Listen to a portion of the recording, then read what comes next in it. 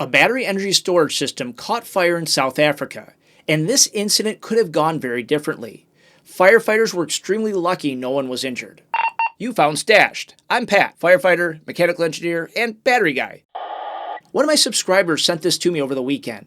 So many of these fires fly under the radar, so it's great to get local reports.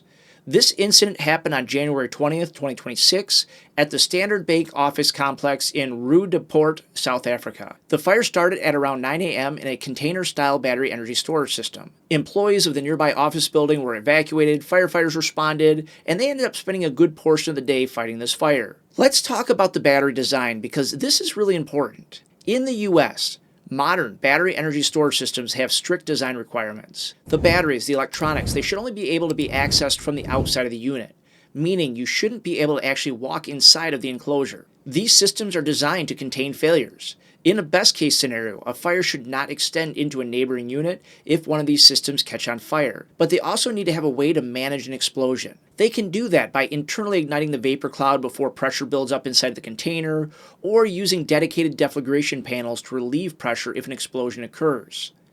In this case, it was a shipping container style energy storage system, with battery racks installed on both sides of the container, essentially creating a narrow aisle down the middle. Each rack contained 300 kilowatt hours of lithium iron phosphate LFP batteries for a total of 600 kilowatt hours.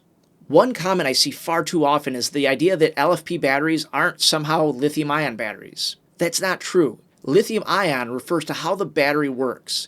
Lithium-ions moving during charge and discharge, not the specific cathode chemistry.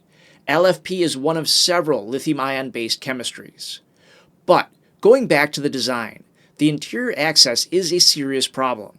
If a battery cell fails and starts producing heat, smoke, and pressure, you've now created this confined space with a large energy source and no easy way to relieve the pressure safely. Any system that requires workers to physically enter the enclosure puts them in the hazard zone by default. And LFP batteries tend to release a significant vapor cloud during thermal runaway, and roughly 50% of the gases released are actually hydrogen. With all those flammable gases building up inside a sealed or semi-sealed container, you're setting the stage for a large explosion. Now, I get that this was not in the US, and these systems look different all around the world, but modern systems should really be designed to NFPA 855, which includes references to NFPA 68 and 69, and those deal specifically with the deflagration venting and explosion prevention. And the technology is outpacing standard development. I can guarantee you can find systems that look exactly like this installed in the US today. And when it comes to a failure or this fire, I want to be very clear. I do not recommend firefighters opening up a containerized system like this during an active battery fire. Even approaching a battery energy storage system can put the crews in significant danger because, again, you have that explosion risk. Opening that box, that increases the risk even more.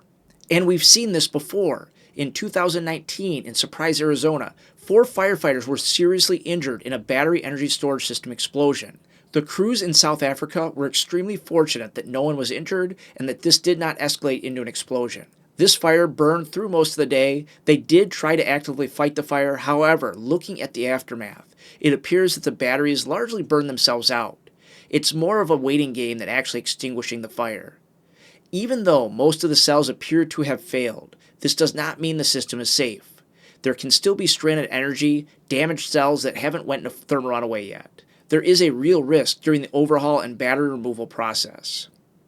This incident didn't end with injuries, but it came down to luck, not design.